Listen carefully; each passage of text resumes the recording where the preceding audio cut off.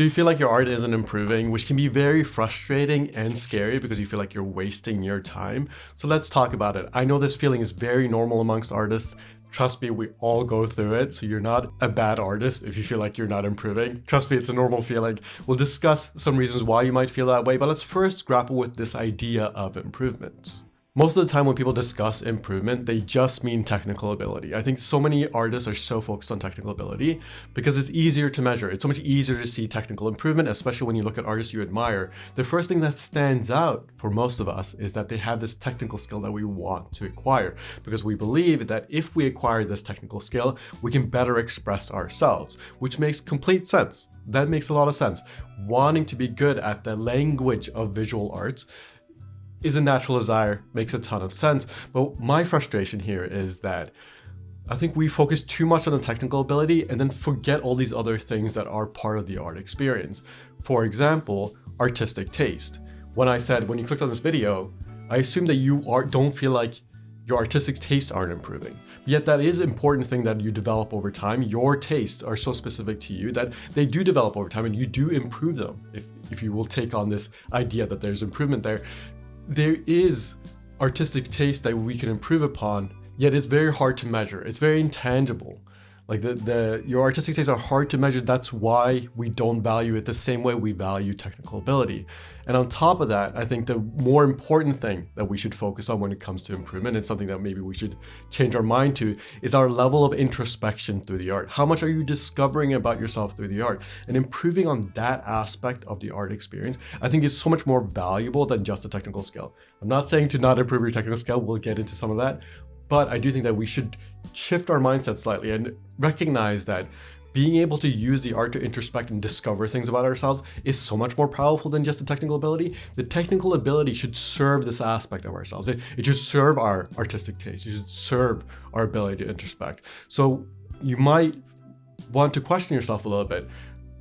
Are you actually spending time trying to improve on these two aspects, the creative taste and your ability to introspect? Are you actually spending time on those things, or are you just so focused on the technical ability that you're almost completely forgetting these two? For some people, it's almost a given that you're just creative and that you'll express yourself in the art, but I don't think that's a given. I think that is a skill that can be improved. And the way to do that is to become more mindful and more aware of your drawing experience and then reflect on it. So if you are someone who draws regularly, I highly recommend that you look at your drawings and maybe take some notes on things that you're discovering about yourself, where there's thoughts, just let things flow naturally onto the page.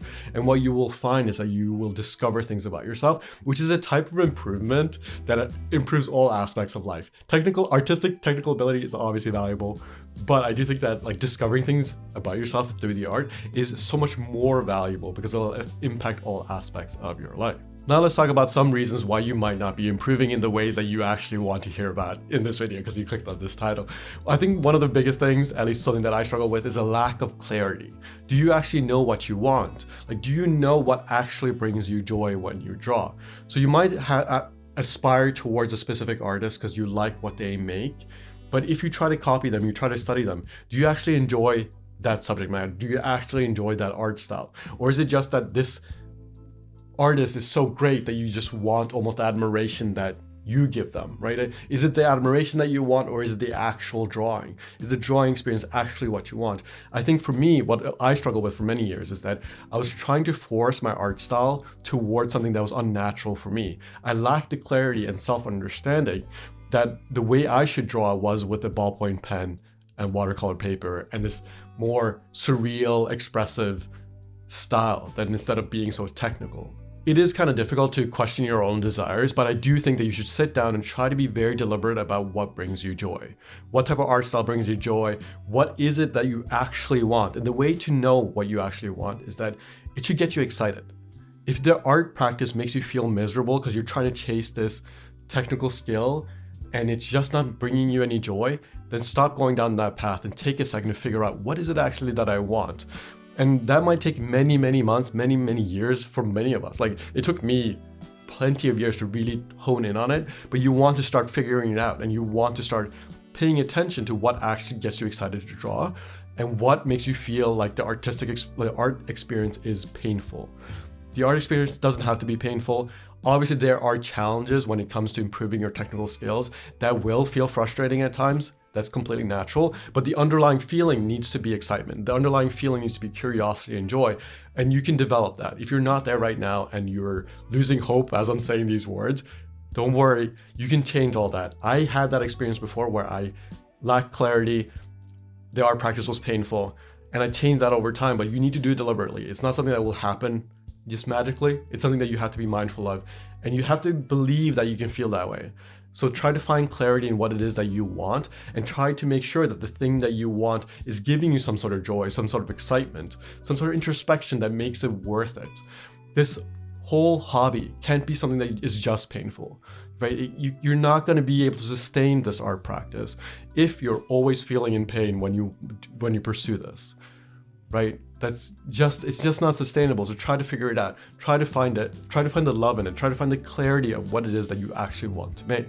Another reason that you might not feel like you're improving is because progress is very gradual.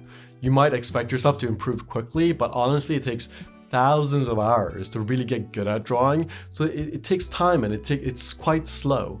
And since you're always experiencing yourself, you won't notice the progress until you see it in hindsight. So if you go back 2 years, right, grab a sketchbook from 2 years ago, art that you made a long time ago, and you'll see the improvement when you see them side by side, but you don't see it in the moment. You don't feel it in the moment because it's so slow and gradual and you're experiencing day to day. It's the same thing as like losing weight slowly over time. You might not notice it until you really like take photos and compare the two. There isn't enough contrast in your day-to-day experience for you to notice when you are improving. So be gentle with yourself. Remember, this isn't just about improving. The journey should be joyous enough where even if you do bad art for a long time, you should be fine with it. You should learn to be at peace with that. Obviously, try to be effective in your practice and try to improve, but also be forgiving of yourself if you're not seeing the progress. Assume that you're making progress and focus on the feeling of joy. That will guide you. The happy feelings while drawing will guide you. And I know that sounds woo-woo, but trust me, feeling good about your art practice is ultimately what matters, is what will make this sustainable. So you don't worry too much. Improvement is very gradual, so you might not notice it. The most common reason most artists don't improve is actually because they just don't have space for it. You maybe don't have time in your day to draw on a regular basis. I think for most artists, for most creatives, life is so busy that they draw maybe once a week or once a month. I think that is, on average, the most common experience. I don't think that most artists draw every day.